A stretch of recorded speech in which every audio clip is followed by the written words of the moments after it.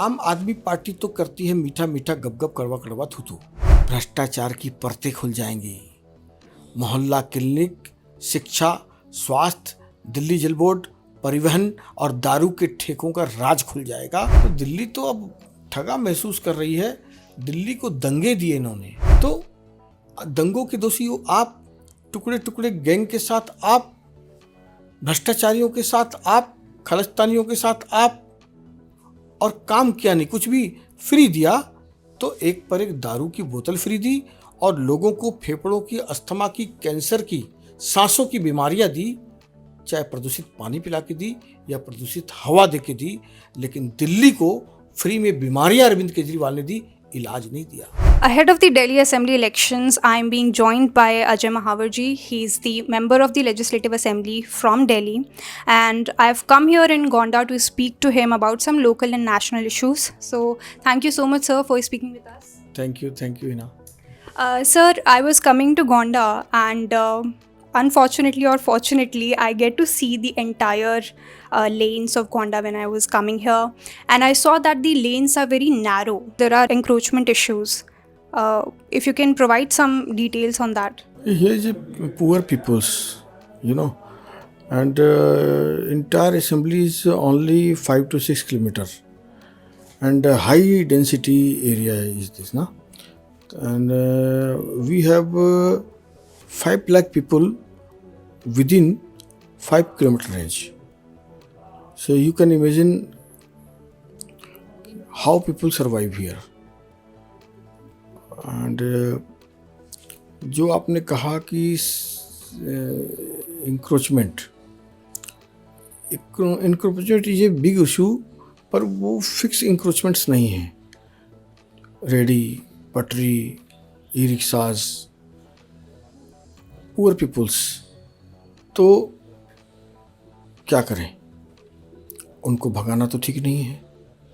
उनकी भी ज़िंदगी है, उनके भी परिवार हैं, और वो भी अपनी मेहनत करके कमा रहे हैं। So, as you spoke about population density and you gave us the numbers, there are also concerns about migrant laborers in this constituency. नहीं, in fact this is a border of UP, तो here is a lot of people of Jharkhand, Bihar, UP, Rajasthan and other states. Poor people, labor people, lower middle class people live here. So they all are doing day-to-day basis jobs and earning some money. That is legit, but what about the Bangladeshi infiltrators and the Rohingyas in the region? Are there any hubs such as these in the constituencies, and if so, why no action has been taken so far? नहीं, absolutely, you are saying right. Nearby Silampur, Jafrabad, Nannagiri, Sundarnagari, so all are hubs of Rohingyas and Bangladeshis, and Aam Aadmi Party support always those people. And I think in this assembly and in this parliament, crime is high because of Bangladeshis, Rohingyas. So many years back, है ना, वो यहाँ रह रहे हैं। तो अचानक Sutton तो नहीं, लेकिन उनके राशन कार्ड किसने बनाए, उनको बिजली कनेक्शन किसने दिया, उनके आधार कार्ड बनाकर उनको वैध बनाने की कोशिश किसने की, वोटर लिस्ट में उनका नाम किसने डलवाया? Who protect? You protect means Aam Aadmi party and Congress. और मदन लाल खुराना जी की जब सरकार थी 1993 में, on that time above 50,000 people of घुसपैठियास उन्होंने सर्च करके लिस्टिंग की और उनको बाहर करने के लिए उस समय प्रयास किया। बट केंद्र में सरकार बदल गई और हम कुछ नहीं कर पाए। दिल्ली में भी सरकार बदल गई। तो यूटी स्टेट होने के कारण केंद्र और दिल्ली का समन्वय जरूरी है। I think after 2 months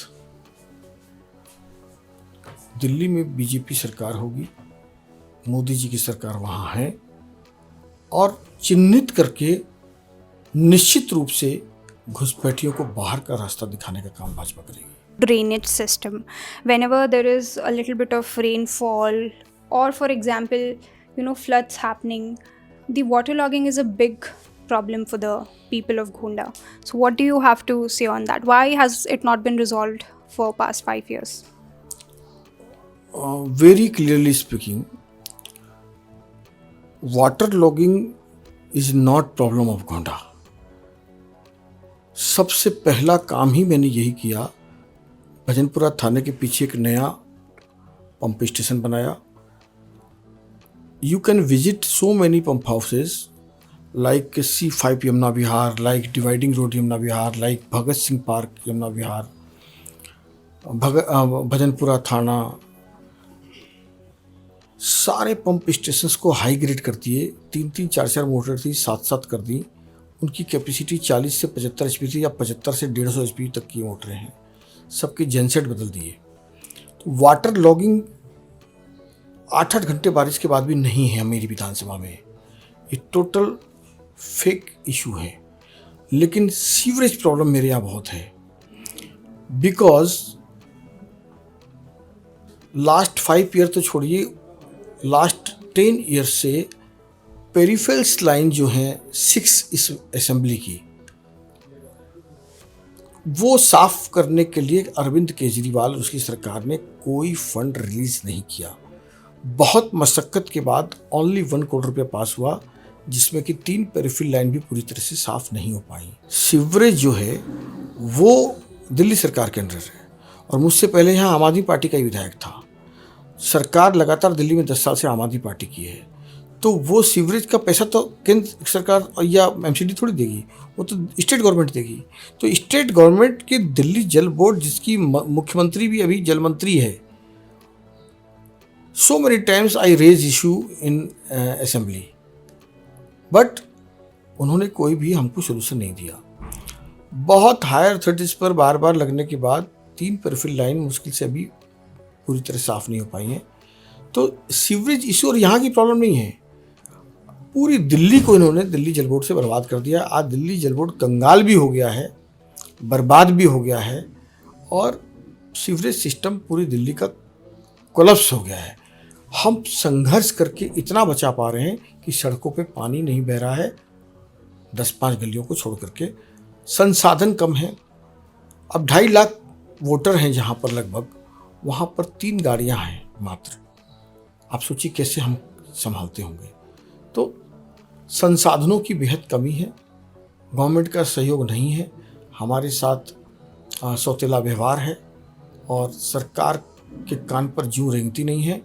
और मुझे तो लगता है उनके विधायकों की भी हालत बहुत अच्छी नहीं है, जिस प्रकार असेंबली में वो रोते हैं, क्योंकि incompetent non visible chief minister Delhi ने देखा है, जिसने सिर्फ बयानबाजियाँ की हैं और दिल्ली की जनता के साथ बेईमानियाँ की हैं। No clean water, no clean sewer, no clean air, no clean Yamuna. तो क्लीन क्या किया?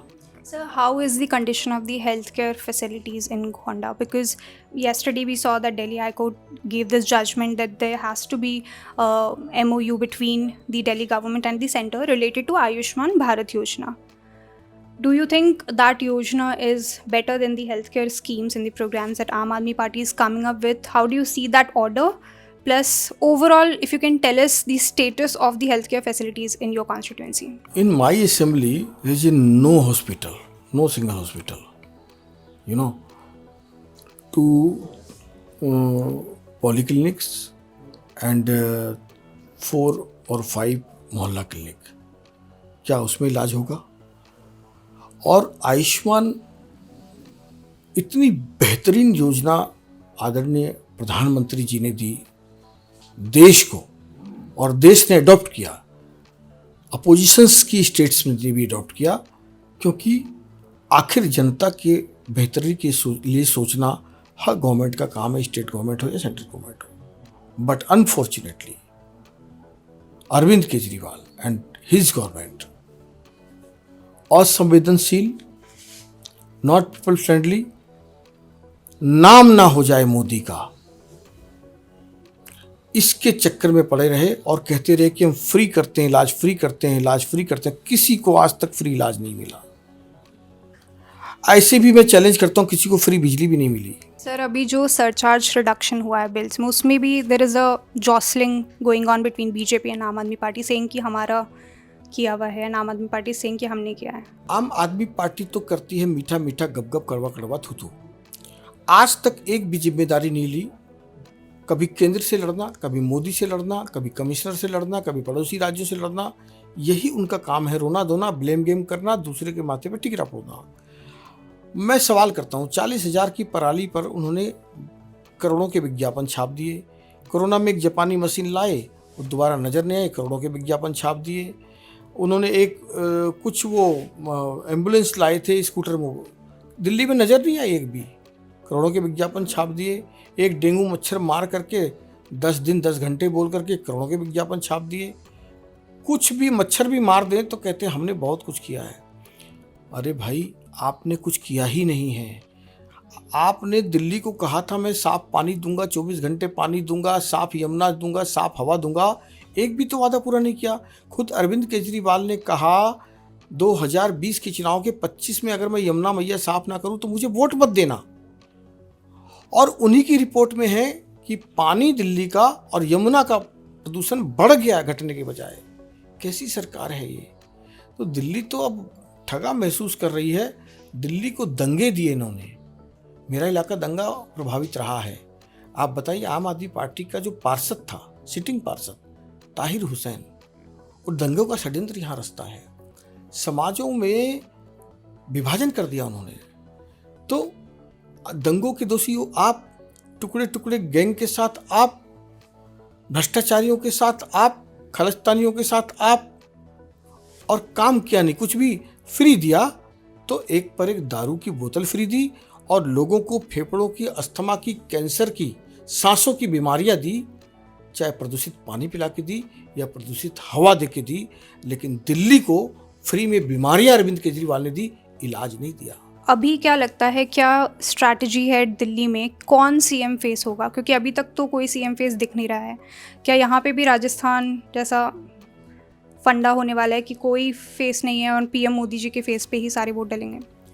हमारा कैंडिडेट और हमारा सीएम कमल का फूल है। कमल का फूल हमारे लिए सब कुछ है और हम एक विचारधारा से बंधी हुई पार्टी है। पार्लियामेंट्री बोर्ड जो भी फैसला लेगा वो सर माथे है सबके।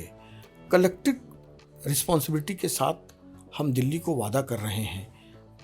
बस बहुत हो चुका 10 साल से रोना धोना, ब्लेम गेम। अब मोदी जी की सरकार तो 7 सीटों दे दी दिल्ली वालों ने। केंद्र में तो मोदी की सरकार 5 साल रहने वाली है।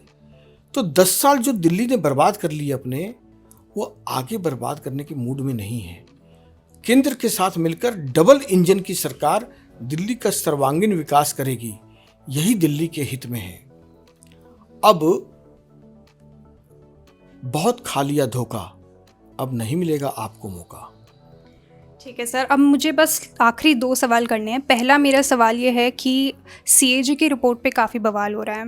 विजय इंद्र गुप्ता जी एलजी से मिलने गए थे, उसके बाद टेबल तो हो चुकी है, एलजी के पास तो है सीएजी की रिपोर्ट्स, बट स्पेशल सेशन की मांग हो रही है। हमें दूर से देख के लगता नहीं है कोई स्पेशल सेशन होगा। क्या आप लोगों की डिमांड है और आप क्या चाहते हैं? देखिए, हमने सदन में भी मुद्दा उठाया, हम कोर्ट भी गए, मैं भी पिटिशनर हूँ, और हमने एलजी साहब से भी गुहार लगाई और हमने स्पीकर साहब से भी गुहार लगाई। वो तो बोल रहे हैं कि हाई कोर्ट का ऑर्डर आएगा उसके बाद ही कुछ मेरी करें। बात सुनिए आप।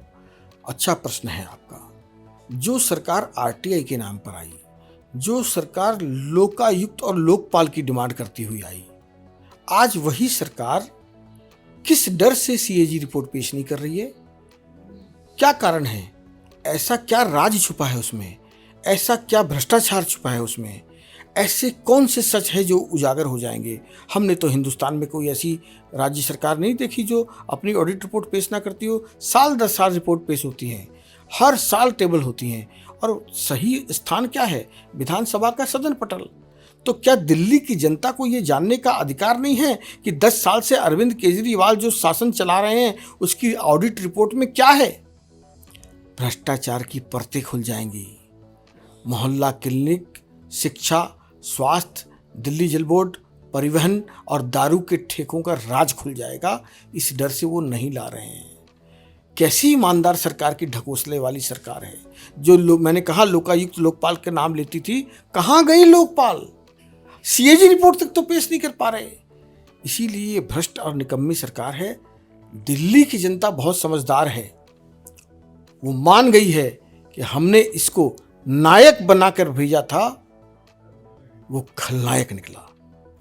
सर, मेरा आखिरी सवाल आपसे ये रहेगा कि अभी हमने लोकसभा चुनाव पे देखा कि इंडिया अलायंस करके इन्होंने एक गठबंधन बनाया और अब जो हो रहा है उसी में टूट फूट हमें दिख रही है। अजय माकन जी ने एंटी नेशनल कह दिया है केजरीवाल जी को, 24 आवर्स का अल्टीमेटम दे दिया है। कैसे देखते हैं आप इसको? 24 घंटे तो बीत गए,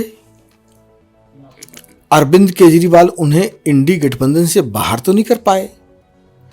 मुझे लगता है कि वो आज चुप हो गए हैं, क्योंकि उनको लगता है खुद ही बाहर हो जाएंगे, वो कांग्रेस को तो कर नहीं पाएंगे। रही बात, तरह तरह के आरोप लगाते हैं। अरविंद केजरीवाल ने बच्चों की कसम खाकर कहा था, ना कांग्रेस से और बीजेपी से ना समर्थन लूंगा ना दूंगा। और अपनी पहली सरकार ही जो 49 दिन की बनाई, वो किसके सहयोग से बनाई? कांग्रेस के सहयोग से। लास्ट चुनाव 2024 का इंडी गठबंधन से, दिल्ली में चुनाव किसके गठबंधन से लड़ी? कांग्रेस के साथ। इसीलिए इन बातों में कोई दम नहीं है और अरविंद केजरीवाल इस समय हताश और निराश हैं, और इसीलिए हताशा और निराशा में अनर्गल विलाप प्रलाप कर रहे हैं। और जल्दी ही 45 दिन के अंदर लगभग चुनाव हो जाएगा और अरविंद केजरीवाल का जो रंगा हुआ चेहरा है सीआर का, वो कलर बाहर आ जाएगा। दिल्ली की जनता उन्हें माफ़ करने की मूड में नहीं है। अब दिल्ली ने ठाना है केजरीवाल को भगाना है, डबल इंजन की सरकार बनाना है और दिल्ली में भाजपा का कमल खिलाना है।